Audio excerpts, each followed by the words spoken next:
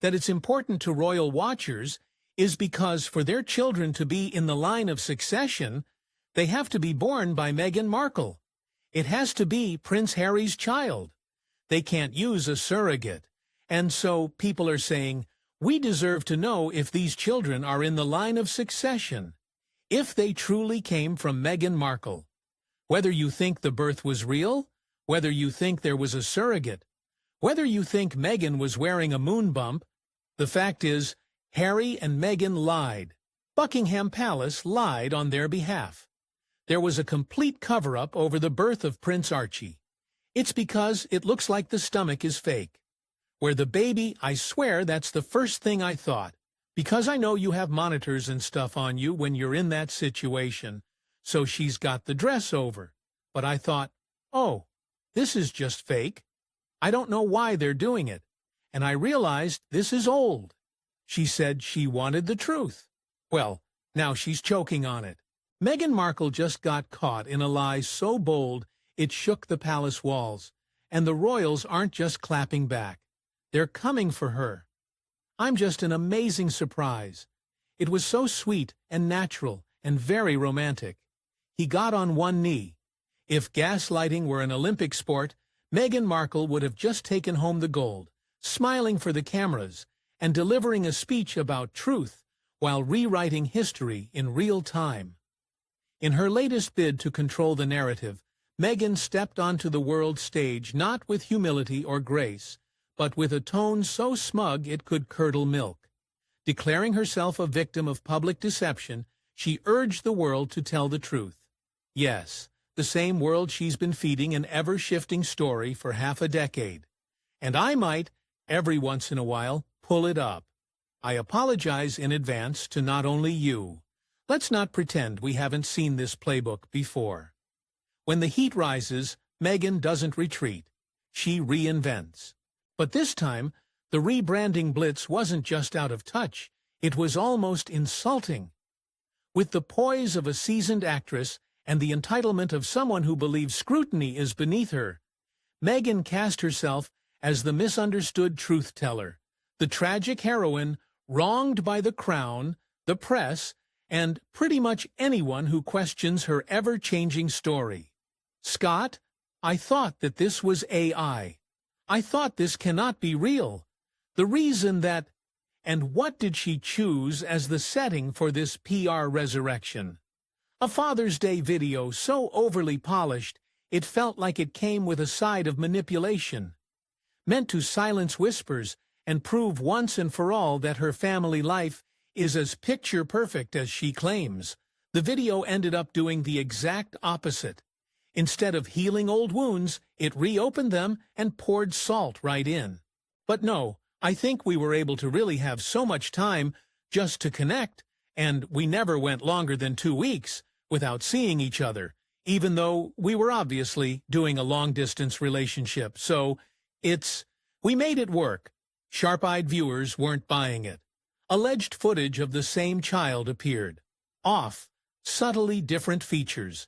Inconsistent lighting, edits that screamed patched together, more than candid family moment. The internet did what it does best.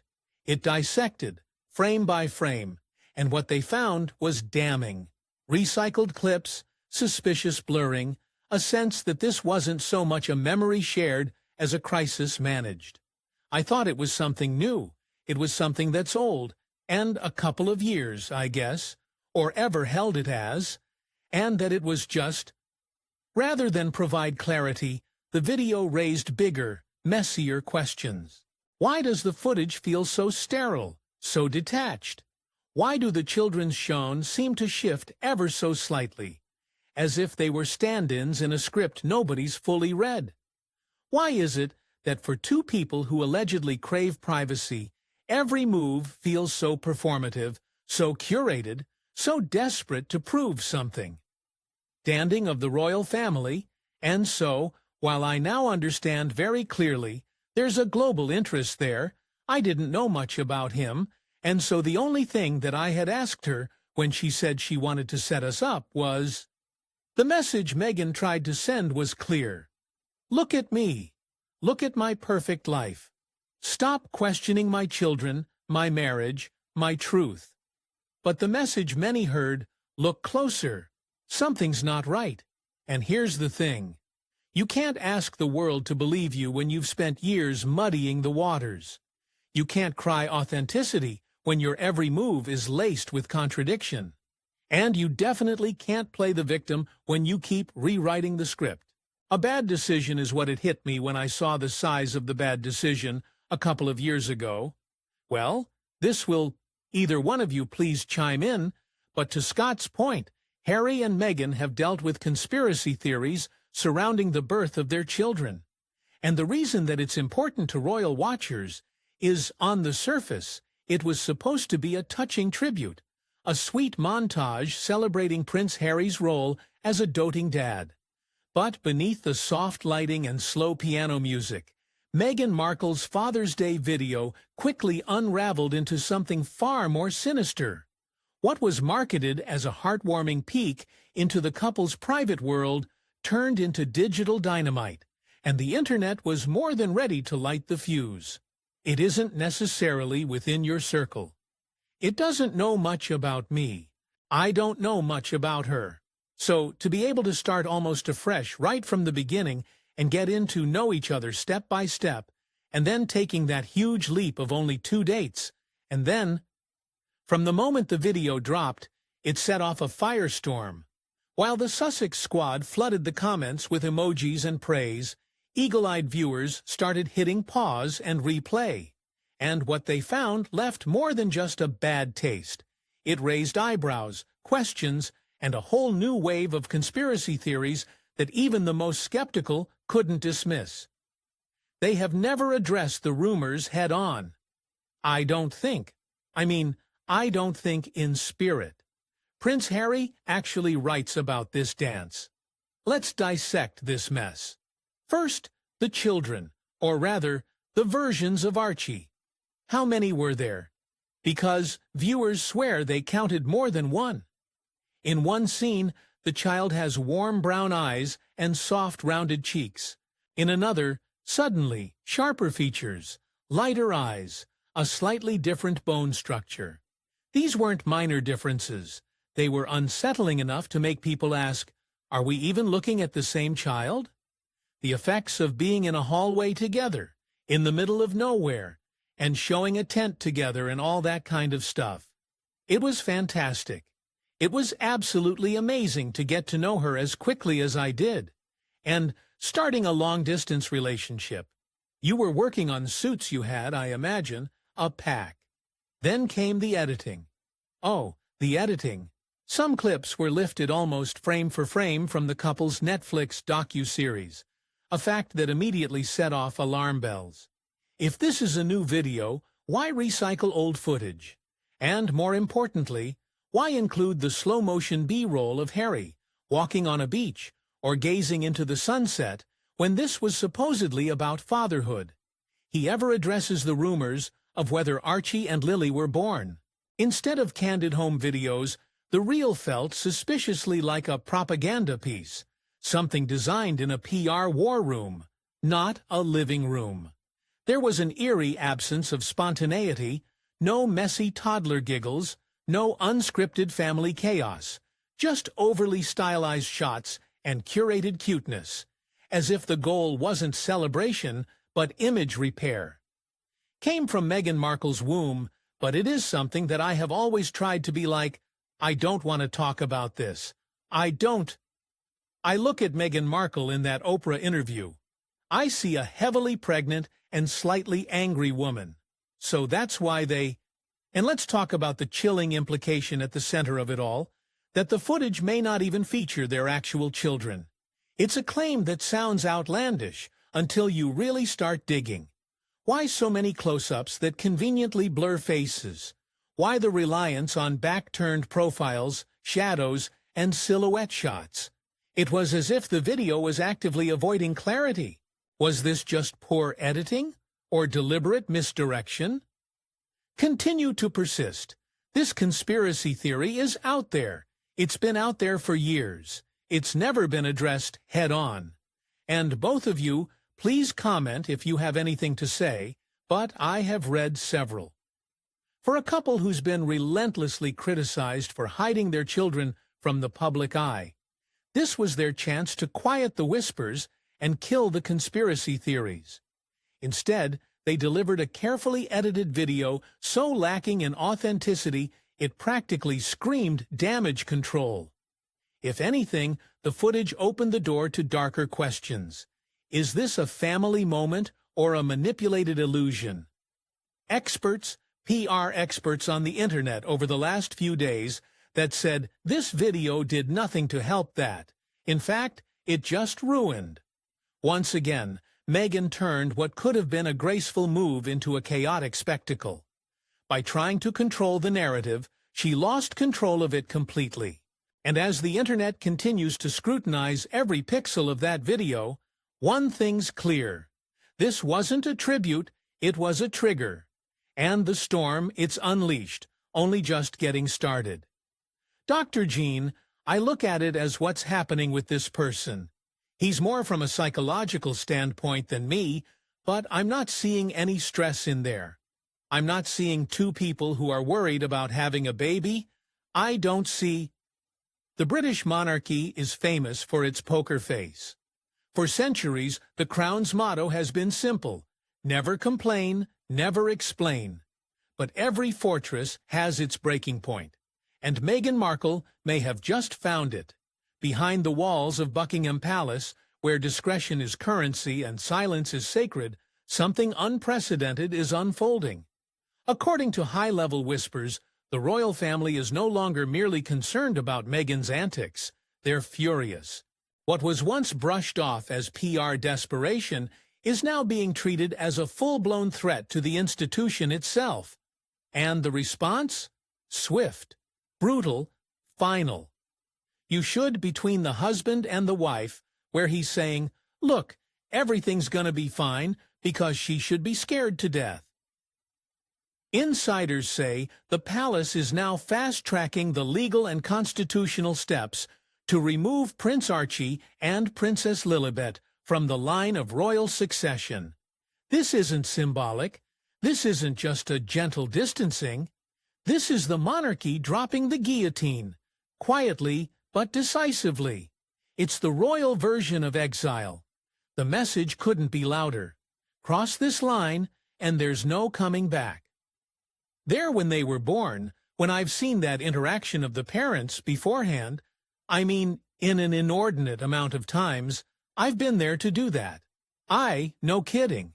And we're not seeing the things we should be seeing. There's too much. This isn't about personal drama anymore. This is about the survival of a 1,000-year-old institution. By questioning the legitimacy of her own pregnancies, and worse, implying the royal family knowingly covered it up. Meghan didn't just throw shade. She lit a match under the foundation of the monarchy itself. And that's the first place I go to what's missing. There's no anxiety in there. There's no worry in there. There's no eyebrows up, and her trying to connect with him to be reassured. According to Meghan's latest insinuations, not only did she not carry Archie herself, but the royal family allegedly knew and played along. That claim, if true, would be one of the biggest constitutional frauds in modern royal history. It would mean the monarchy knowingly allowed a child with no biological tie to the bloodline into the succession queue. A scandal that would make even the abdication crisis of 1936 look like a hiccup. This isn't just reputational damage. This is historical sabotage. Well, items laying around the room anywhere when they're dancing around either. So there's a lot of things that are missing in this that should be there. And for the palace, enough is enough. No more polite nods, no more stone-faced silence. The royals are fighting back the only way they know how, quietly, lethally, and with the full weight of tradition behind them. Legal consultations are reportedly underway. Advisors are combing through centuries-old protocols, and make no mistake, if they pull this trigger, it'll be more than a constitutional reshuffle. It'll be an official erasure. Way too much energy. they're missing that lack of being worn out, 'cause a lot of times it's either early in the morning or late at night, and they look well rested in a good mood. The implications are staggering. If Archie and Lilibet are stripped of their positions in the line of succession, it confirms what many have long suspected, that the palace sees this not as a family feud, but as a deliberate attack from within, a modern-day Trojan horse, where trust was abused and the protocol was mocked. Well, I'm glad you said it. Dr. G, you go ahead and go now. So, obviously I'm a psychologist, not a physician, so there may be physicians out there that are like, yeah, this is totally normal. Like, look. For Meghan, it's a devastating blow. The titles she fought so hard to secure for her children? At risk. The narrative she's carefully built as a wronged outsider? Collapsing under the weight of her own claims. And Harry, left stranded in a royal no-man's land, caught between loyalty to his wife and the wrath of the crown that once protected him. What Meghan might have seen as strategic storytelling has now detonated into a constitutional crisis. She thought she was pulling at the curtain. Instead, she's tearing down the whole stage. And now, the crown is doing what it rarely does, retaliating. Let's take a breath and hit rewind. Because if you've been following Meghan Markle's saga from the start, you know her storyline doesn't just have twists. It has knots. And lately, the contradictions aren't just piling up. They're suffocating any ounce of credibility she once had. My anecdotal experience with my wife, who was very, very large during pregnancy, the idea of her moving like that would have been impossible. She just couldn't have done it. So, you know, she was... Remember when Meghan painted palace life as a gilded cage? In multiple interviews, she described her time as a royal like a psychological hostage situation. According to her, she was stripped of autonomy, no passport, no driver's license, not even the keys to her car. The imagery was dramatic. A modern woman trapped inside a centuries-old monarchy was silenced and controlled.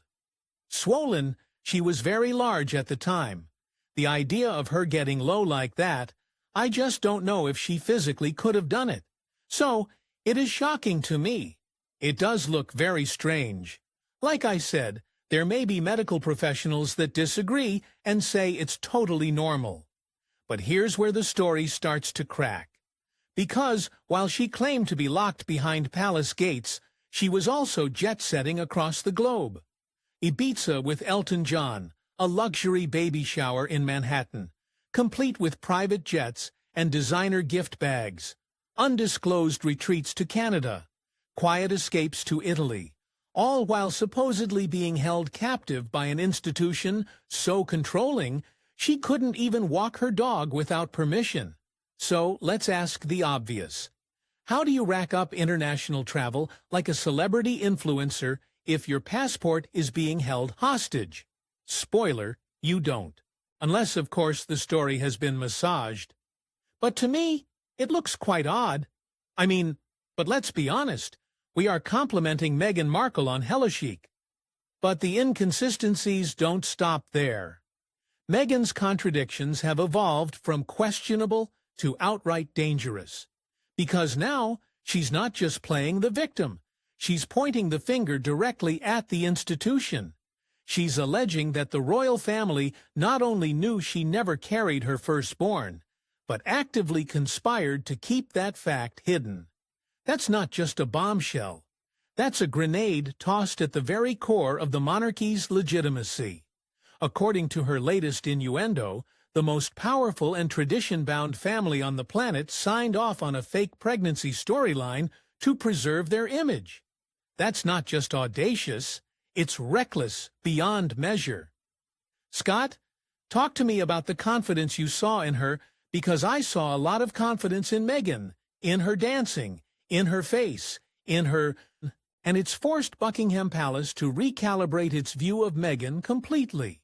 No longer a defector, no longer a disgruntled duchess, but a direct threat to the monarchy's credibility and historical integrity. because if there's even a whisper of truth in her claims, and if the public starts to believe it, the entire royal narrative starts to unravel. So, what's really going on? Is Meghan a master manipulator, weaving half-truths into headlines? Or is she so far lost in her own version of events that she can no longer distinguish fact from fiction?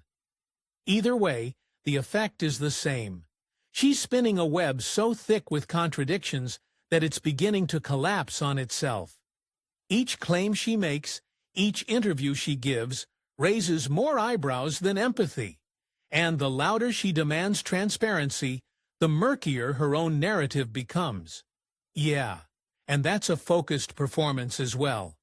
Again, she may be in a situation where they're inducing the birth. If this saga needed a plot twist worthy of a telenovela, Meghan Markle just delivered, literally. In a bold and bizarre move, she recently unveiled what she claimed to be footage from the hospital during the birth of one of her children. It was meant to serve as the ultimate mic drop, proof that would silence the doubters and shut down the swirling rumors of surrogacy once and for all. Instead, it lit the internet on fire. At first glance, the video looked emotional, intimate, and perfectly staged for a Lifetime movie. But take a closer look, and things start to unravel fast. The setting, immaculate. The lighting, suspiciously cinematic. And the most glaring red flag, no trace of pandemic-era hospital protocols. Given that she's not having contractions, I don't think at this point, because she doesn't look worried that they're gonna be more, and it's gonna be bad. This was supposedly a COVID-era birth, and yet the scene lacked the one thing every parent and healthcare worker remembers all too well from that time. Masks. No nurses in PPE, no social distancing, no face shields, no sanitization stations in sight. It was like the virus never existed. The hospital room looked less like a ward and more like a film set. Glossy, curated, eerily perfect. Even her allies couldn't stay quiet. Never seen someone who's getting ready to have a baby be all like, their hands are very close, and their hands are close to their chest. Their arms are close to their body. It's a protective thing we do. CBS anchor Gayle King, one of Meghan and Harry's staunchest defenders, had recently gone on record, recalling how her own family struggled with the strict hospital rules during childbirth. Limited visitors, no filming, medical staff in full pandemic gear. And yet here's Meghan, allegedly surrounded by cameras and basking in perfectly timed lighting, like she was filming the season finale of a docu-series, not enduring labor during a global health crisis. So the truth? Is this actual unfiltered birth footage? Or is it just another heavily curated clip in Meghan's ever-growing archive of cinematic storytelling? And if it isn't real, what then? Because here's the thing, presenting staged footage as real-life evidence, especially when you're trying to quash rumors of faking a pregnancy, is not just tone-deaf. It's potentially explosive. The effective thing we do, especially when you have that anxiety and that stress and that worry going. So the confidence we're seeing it's almost ridiculous. I mean, that's why it looks to me. It doesn't look real from a standpoint of somebody being worried about their baby. Instead of bringing clarity, Meghan may have just opened another Pandora's box, one where even her receipts are viewed with suspicion, one where every frame is now being dissected, zoomed in on, and paused by amateur sleuths looking for clues, because once trust is fractured, no proof can stand unchallenged. When you're under global scrutiny, the last thing you want is footage that raises more questions than it answers, especially when that footage looks like it was pre-packaged for a streaming service, rather than recorded during a chaotic, masked, emotionally raw hospital birth. So the world is left wondering, was this Meghan's attempt at transparency or theater? A standpoint of somebody being worried about their baby when that's going on, neither one of them does. So the eye contact she has with the camera, she's probably just watching herself. Whatever the intent, the damage is done. The footage didn't prove authenticity. It exposed production value, and in a moment that was supposed to scream real, it only whispered, rehearsed. In trying to silence the doubters, Meghan may have just handed them a brand new reel of evidence. Meghan Markle may have walked away from the palace, but she never walked away from the spotlight. In fact, she's made a career out of turning that spotlight into a stage, and herself into the center of the story, and the role she's played to perfection, the eternal victim.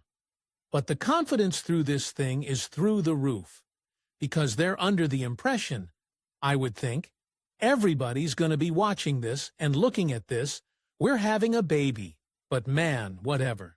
We got this covered and all that.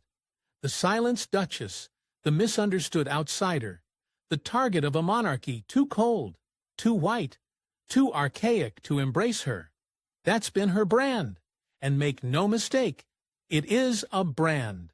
Because while Meghan claims she was broken by the institution, she's also managed to monetize that pain better than anyone could have predicted. Streaming deals, podcast exclusives, ghost-written memoirs, lifestyle ventures, each one wrapped in a bow of victimhood as though trauma were a marketing tool.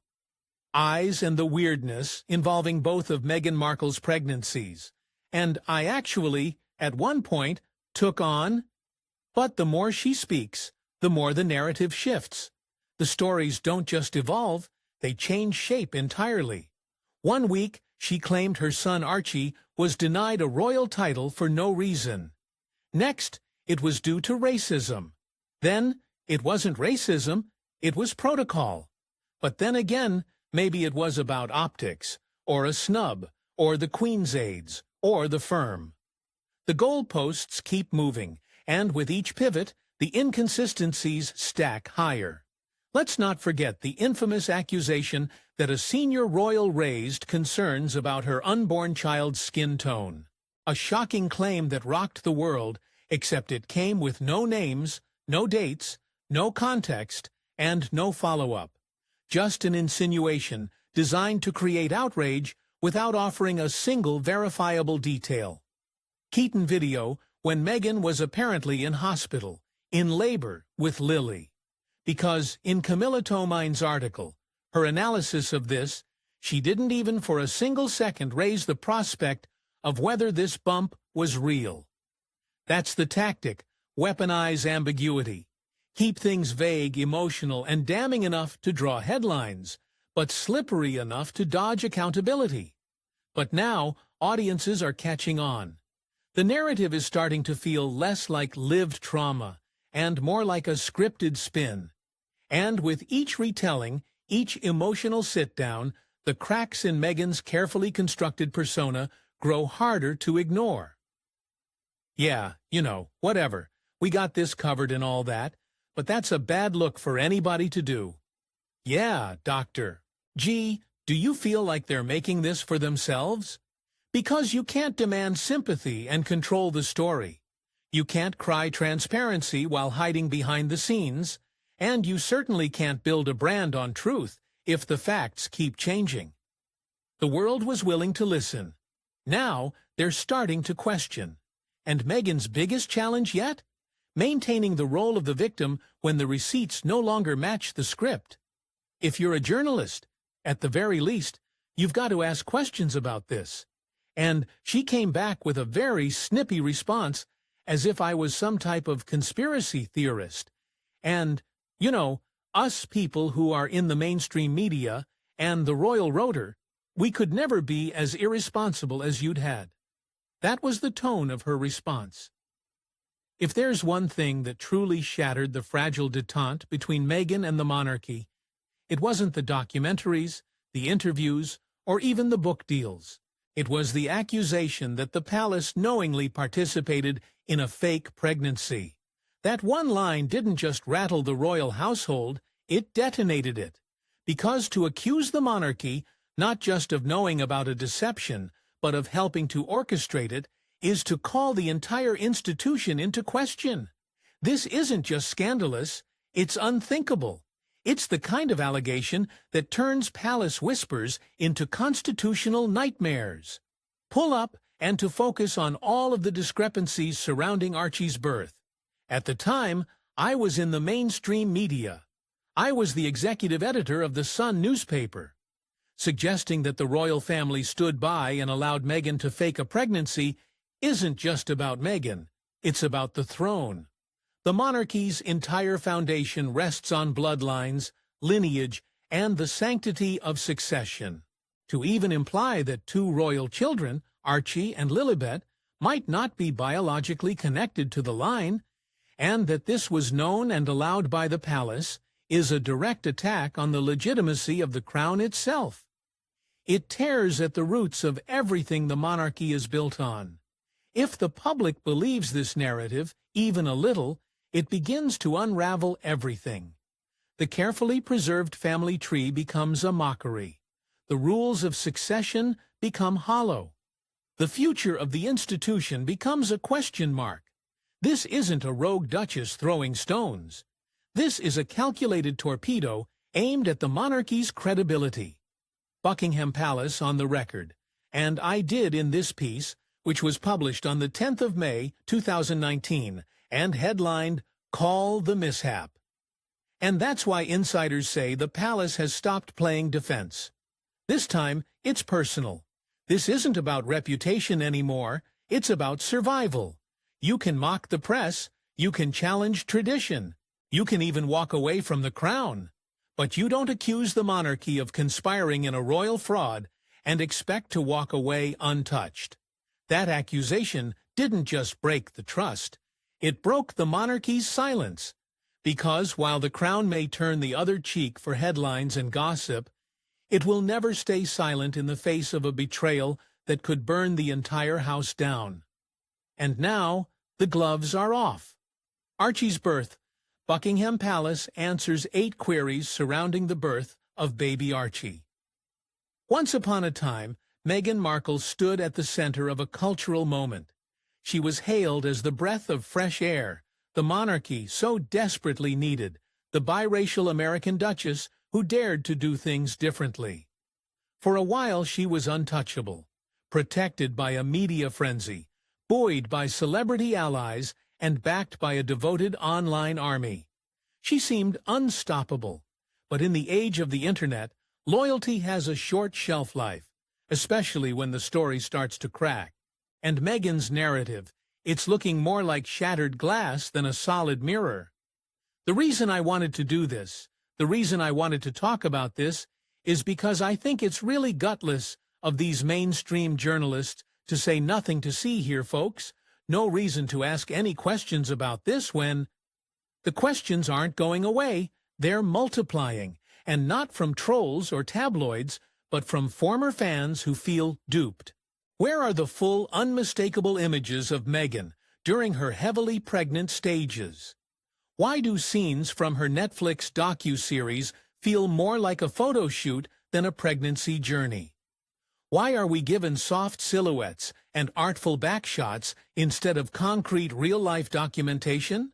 And why, perhaps most damning of all, do the children shown in public appearances appear to shift in age, appearance, and timeline inconsistencies that make even casual viewers raise their brows? Meghan and Harry's camp has offered nothing but spin, vague explanations, emotional diversions, and carefully choreographed footage, but no direct answers. And in an era where the internet forgets nothing, that tactic doesn't work. Nothing to see here, folks. No reason to ask any questions about this when I was in the mainstream in May 2019. And it was so obvious to me that so many lies had been told about Archie's birth, and I wanted to find out. Online sleuths have compiled mountains of data, frame-by-frame footage analyses, screenshot comparisons, public timeline inconsistencies, and archived quotes. From Reddit threads to YouTube exposés, there's now an unofficial digital case file on the Sussexes, and it grows by the day. The public mood has shifted. It's no longer awe or empathy, It's suspicion. And worse, fatigue. The endless contradictions have worn thin. The emotional manipulation no longer lands. The sympathy pool has dried up, because you can bend the truth for a moment. But once the internet gets involved, it receipts, it remembers, and it never lets go. And headlined Call the Mishap, Meghan Markle and Prince Harry forced to deny claims they stage-managed Archie's birth. Buckingham Palace answers 8 queries surrounding the birth of baby Archie. What started as whispers in the halls of Buckingham Palace is now a thunderclap echoing across the monarchy.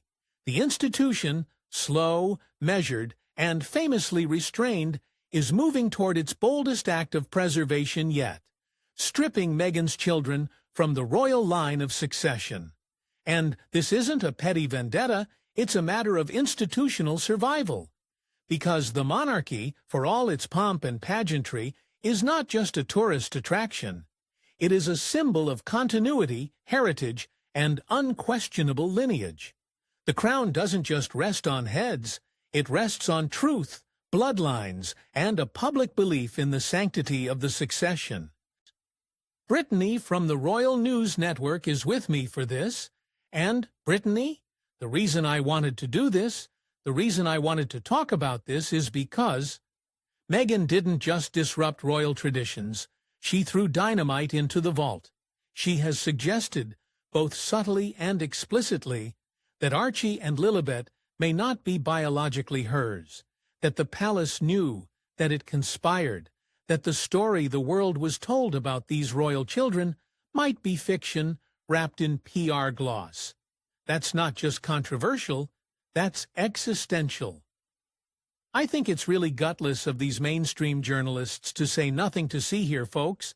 No reason to ask any questions about this when I was in the mainstream. Because if there's even a sliver of truth to these insinuations, then the line of succession becomes unstable. It's no longer a royal family tree, it's a carefully maintained illusion. And for the palace, allowing that kind of narrative to continue unchecked isn't an option. Obvious to me that so many lies had been told about Archie's birth, and I wanted to find out why. The late Queen once said, "Recollections may vary," a subtle yet iconic clapback that masked centuries of palace strength behind 6 words of steel. But today's monarchy is no longer in recollection mode. It's in response mode. The era of polite tolerance has ended. Meghan crossed the final line when she implied the crown was complicit in a historical deception. Now the crown is preparing to respond in the most decisive way it can, by erasing her children from the line of royal succession. Not as punishment, but as protection. Because, when the throne is threatened, the monarchy doesn't flinch, it fortifies. Meghan Markle's story may not be defined by the barriers she broke, but by the bridges she burned. She once declared she left acting behind to serve the crown, but insiders, historians, and even former aides now whisper the opposite. I think some of the mainstream media do want to stay away from that, which I totally understand.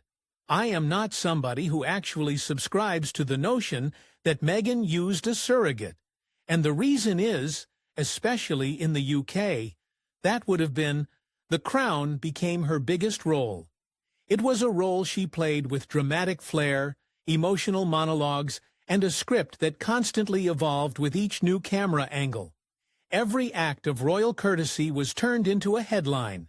Every protocol became a prison. Every silence, an opportunity to accuse. She didn't just marry into the monarchy, she monetized it. She didn't just walk away, she staged an exit. And now the same institution she once accused of silencing her is preparing to silence her in return, not with words, but with erasure. Exceptionally difficult to pull off. Now, was she vain enough to think sometimes that her belly didn't look the way she wanted it to and padded her belly? Because in a legacy war, actions speak louder than accusations, and the crown's final act may be its quietest, but most brutal yet. cutting the cord, closing the book, ending the performance. Meghan came to the palace with promises of change.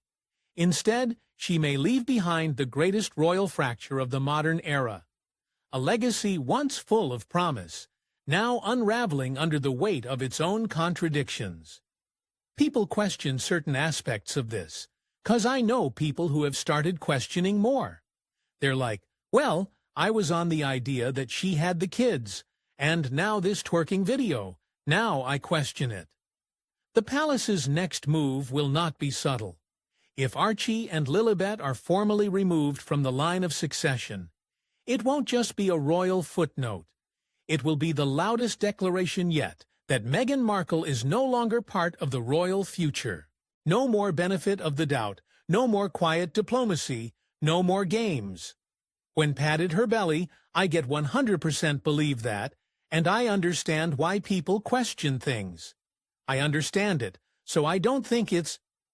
For years, Meghan has played the PR battlefield like a chessboard. But this time, she forgot one key rule of the monarchy.